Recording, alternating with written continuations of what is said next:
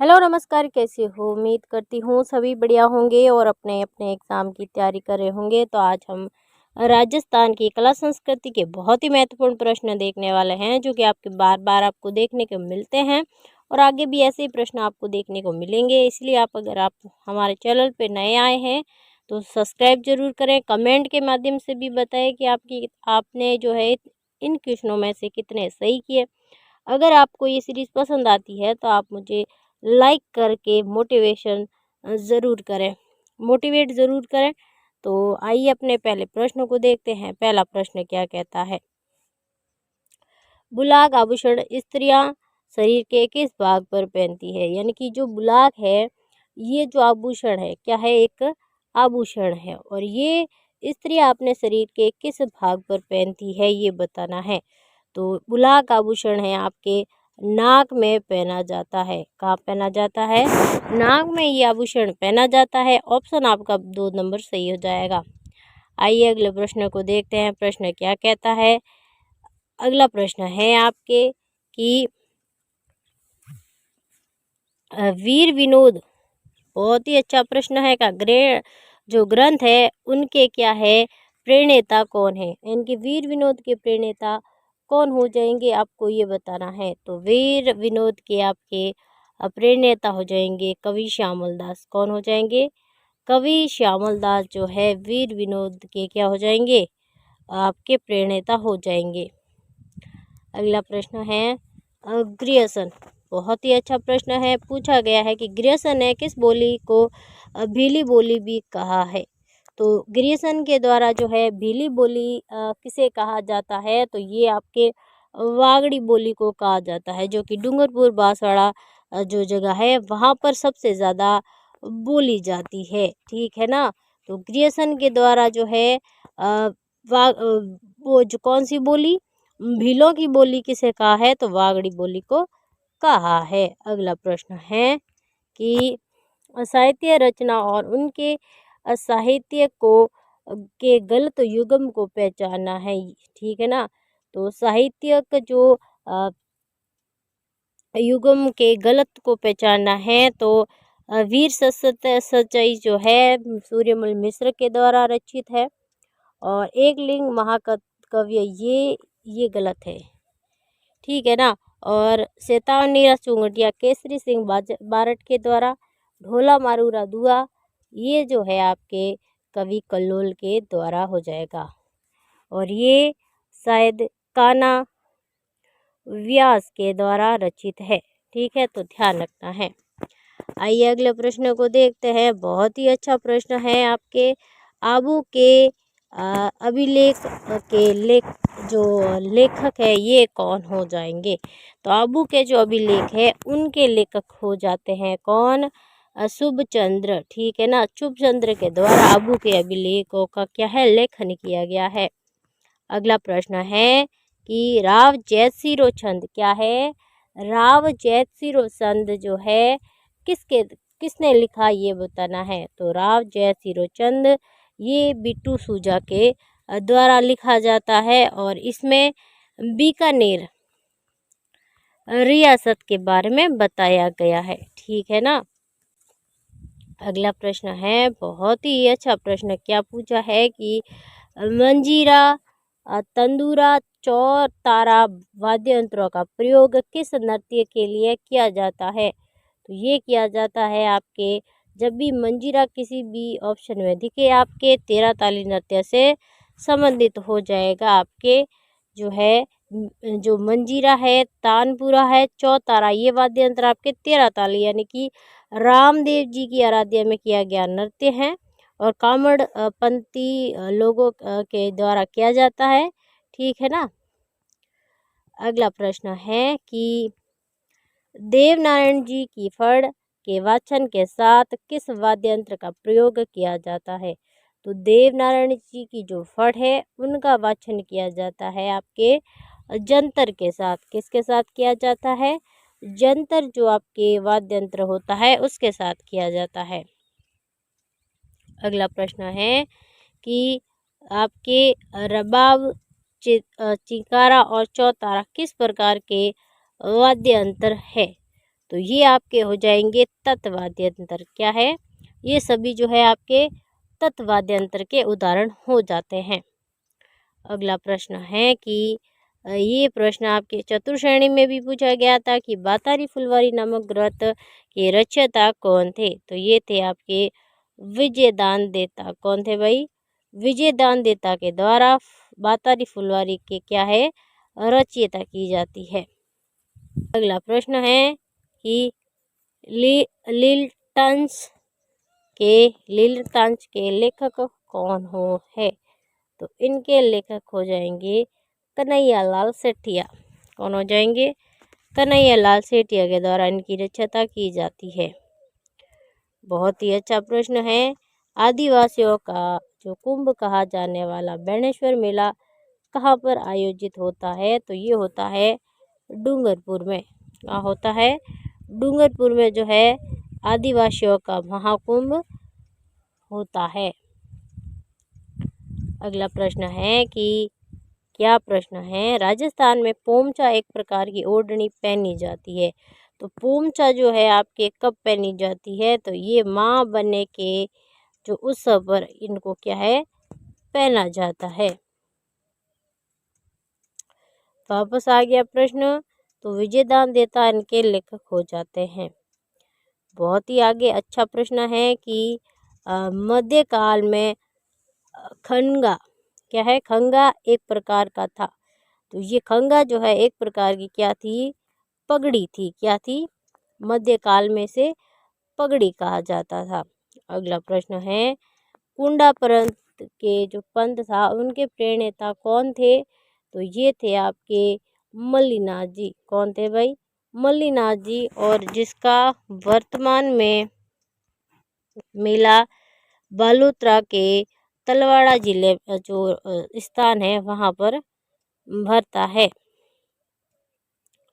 अगला प्रश्न है बाला किला किस जिले में स्थित है? राजस्थान में बाला किला जिसे कुवारा किला के नाम से भी जाना जाता है, ये आपके अलवर जिले में स्थित है। अगला प्रश्न है कि निम्नलिखित में से शस्त्र बहु मंदिर कहाँ स्थित है? तो निम्नलिखित में से किस शहर में शस्त्र बहु जो है का मंदिर स्थित है? तो ये स्थित है आपके उदयपुर जिले में। किस जिले में स्थित है? उदयपुर जिले में स्थित है। कौन सा तत्वाद्यंतर है ये बताना है। तो रबाब जो है आपके एक प्रकार का तत्वाद्यंतर हो जाएगा। अलाउद्दीन खिलजी ने सिवाना के किस किले को जीतकर उनका नाम क्या है? सिवाना जो है उन उसके दुर्ग का नाम रखकर क्या रखा था? तो खैराबाद रखा था। क्या रखा था? सिवाना दुर्ग को जो है अलाउद्दीन खिलजी ने जीता था और उसका नाम खैराबाद रख दिया था। किसने बूंदी के तारागढ़ का निर्माण करवाया? यानी कि बूंदी का जो तारागढ़ है उसका निर्माण करवाने वाले कौन थे? तो ये थे बरसिंह। कौन थे? बरसिंह के द्वारा जो है तारागढ़ के जो बूंदी के जो किला है उसका निर्माण किया जाता है। गवरी देवी राजस्थान के किस लोक संगीत गायन की शैली से जुड़ी हुई है? तो ये आपके मांड जो गायन शैली है इससे संबंधित है और इनसे जो है अल्लाह जलाई बाई भी संबंधित है और केसरिया बालम आओ नी मारे देश ये जो है मांड शैली में गाया गया है। कौन सा वागड़ की मीरा के नाम से जाना जाता है? यानी कि वागड़ की मीरा के नाम से किसे जाना जाता है ये बताना है। तो ये जाना जाता है गवरी बाई को, जिन्हें मरु कोकिला के नाम से भी जाना जाता है। अगला प्रश्न है बीकानेर की गायिका आपको ध्यान रखना है अल्लाह जिलाई बाई कहाँ की है? बीकानेर की अल्लाह जिलाई बाई किस राग में गाने के लिए प्रसिद्ध है? तो आप सभी को पता होना चाहिए ये आपके मांड गायन से शैली से संबंधित है और इनको पद्मश्री भी प्राप्त है। स्वर्णगिरी किस जिले में सूर्णगिरी जो है ये किस किले को कहते हैं, ये बताना है। तो सूर्णगिरी जो है ये किस किले को कहते हैं, तो ये आपके जालोर का किला है, उसे हम सूर्णगिरी के किले के नाम से जानते हैं। अगला प्रश्न है, बूंदी एवं कोटा के क्षेत्र में कौन सी बोली बोली जाती है, तो ये आपके कौन सी बोली बोली जाती है, हड़ौती बोली जो है कोटा व बूंदी क्षेत्र में बोली जाती है।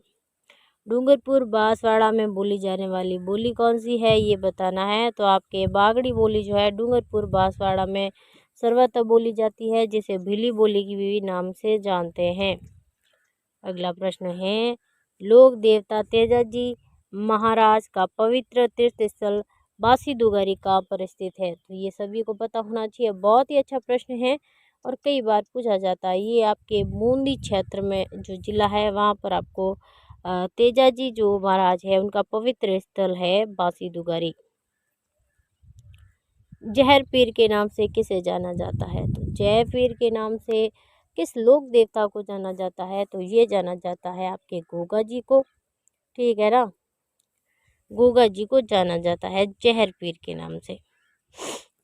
अगला प्रश्न है कि आसिंद भीलवाड़ा निम्नलिखित में से किस मंदिर जो है किसका मंदिर है और लोक देवता के समृद्ध में है, यानी कि शाहपुरा का जो आसिंद भीलवाड़ा है ये आपके किससे संबंधित है, तो ये आपके देवनारायण जी से जो है ये मंदिर संबंधित हो जाएगा। कौन से लोक देवता जो है धौलिया वीर के नाम से जानते हैं, तो ये आपके धौलिया वीर के नाम से जानते हैं। किसको जानते हैं, ये आपके जानते हैं तेजा जी को। किसको जानते हैं, तेजा जी को जानते हैं।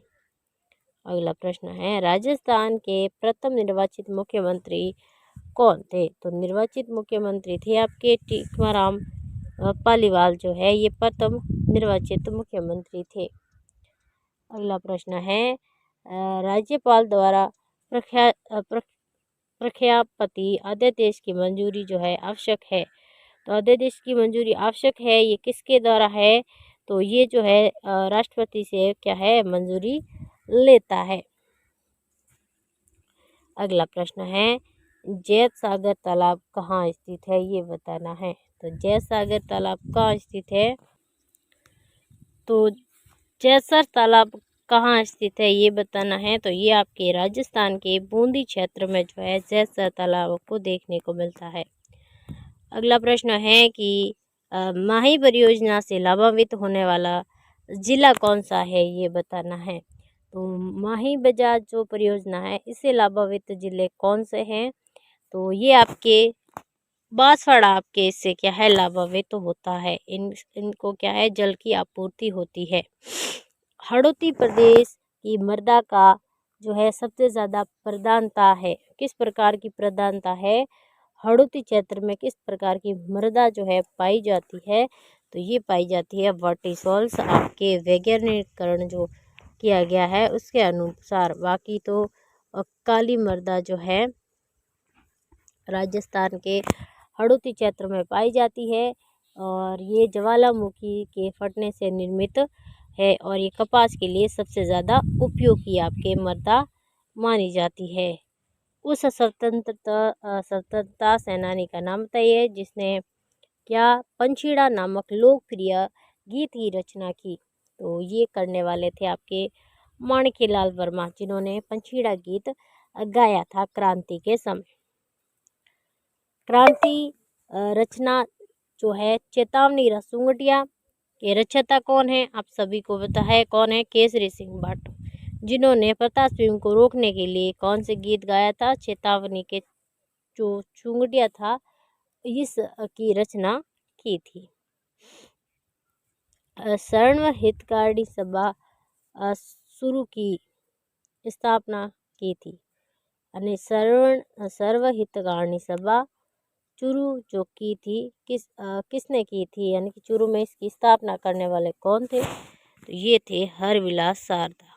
कौन थे, हरविलास शारदा के द्वारा इसकी क्या की जाती है, स्थापना की जाती है।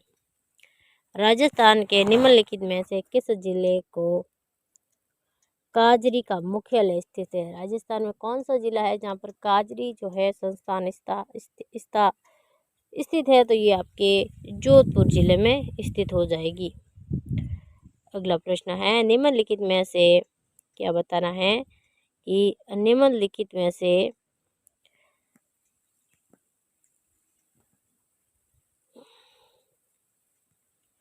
निम्नलिखित में से पश्चिमी राजस्थान में पाई जाने वाली घास कौन सी है? तो आप सभी को पता है, शेवण घास के नाम से जानते हैं जिसे। ये आपके राजस्थान के पश्चिमी क्षेत्र में सर्वाधिक अधिक जो है पाई जाती है।